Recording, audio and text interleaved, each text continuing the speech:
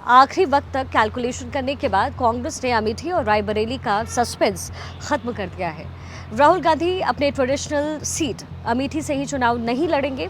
इसकी जगह वो रायबरेली से चुनाव लड़ने जा रहे हैं। रायबरेली से सोनिया गांधी चुनाव लड़ती रही हैं और पिछली बार वो तकरीबन 1.5 लाख वोटों से जीती थी।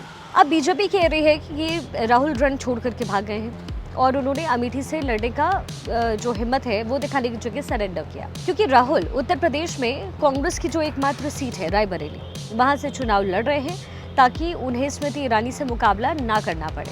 और अगर वायनाड में कुछ भी ऊपर नीचे होता है तो रायबरेली का ऑप्शन हमेशा बना रहे। यानी पहले तो फैसला लेने में इतना वक्त लिया राहुल गांधी ने, जबकि होना ये चाहिए था कि अगर राहुल गांधी को उत्तर प्रदेश से चुनाव लड़ना ही था तो कांग्रेस की पहली लिस्ट में ही उनका नाम आ जाता।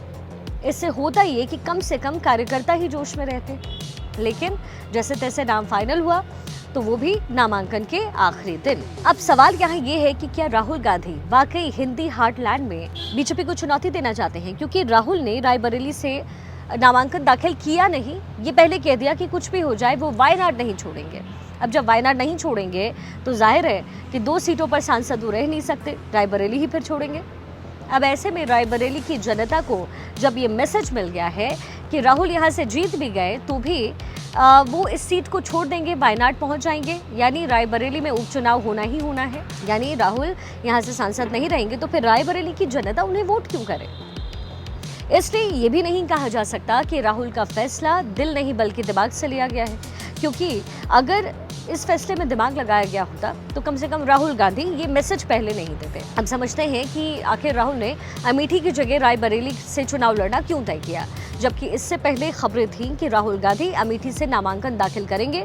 पत्रकारों से लेकर के तमाम हुजूम सब जो है अमेठी में थे, लेकिन अचानक खबर आई रायबरेली की। और इसकी वजह है, राहुल की अमेठी छोड़ने की सबसे बड़ी वजह है कांग्रेस का खराब परफॉर्मेंस। दरअसल अमेठी में तकरीबन 17 लाख वोटर्स हैं। इनमें सबसे ज्यादा संख्या अनुसूचित जाति यानी दलित वोटर्स की है, एससी वोटर्स की है, जो कि तकरीबन 26% है, जबकि 18% ब्राह्मण, 11% क्षत्रिय है, यानी तकरीबन 30% ही हो गए।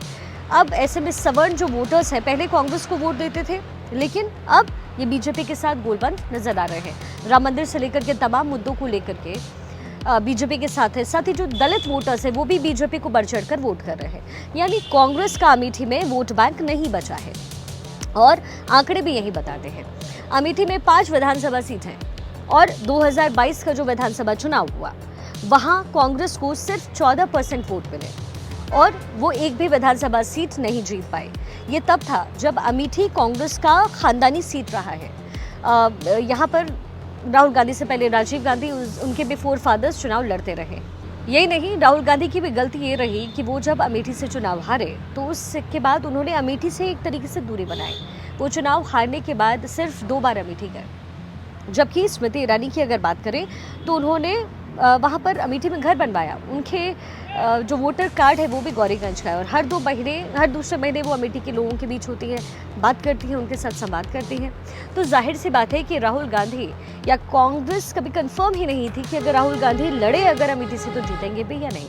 अब चूंकि राहुल गांधी कांग्रेस के सबसे बड़े नेता हैं, फिलहाल विपक्ष का सबसे बड़ा चेहरा बनने की कोशिश उनकी है, लेकिन अगर वो एक बार फिर से स्मृति ईरानी से चुनाव हारते तो जो कि बीजेपी की टॉप लीडरशिप में भी रही हैं, तो फिर ये राहुल गांधी की छवि के लिए बहुत बड़ा एक झटका होता, क्योंकि इससे क्या होता कि कांग्रेस का जो बचा खुचा ब्रांड है उसका जो आत्मविश्वास है वो जीरो हो जाता, उसकी जो रिवाइवल की कोशिश है वो भी डीरेल हो जाती।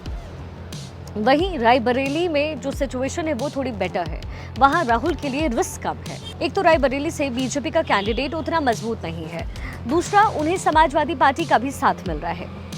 यानी राहुल गांधी ने यहाँ पर एक तरीके से कह सकते हैं कि दिल का फैसला की जगह दिमाग की सुनी, ऐसा मैसेज देने की कोशिश हुई।